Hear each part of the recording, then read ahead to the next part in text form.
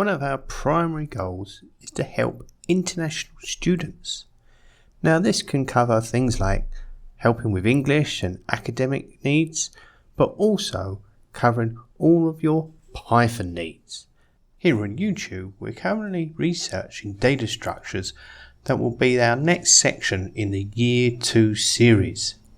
Now we have ideas what we might do after this, such as big data, or even related to our research, which is natural language processing.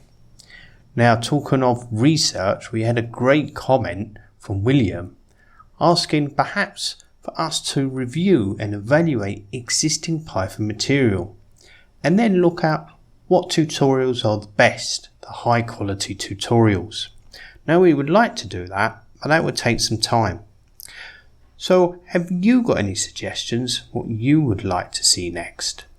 Let us know in a comment and tell us what you're interested in.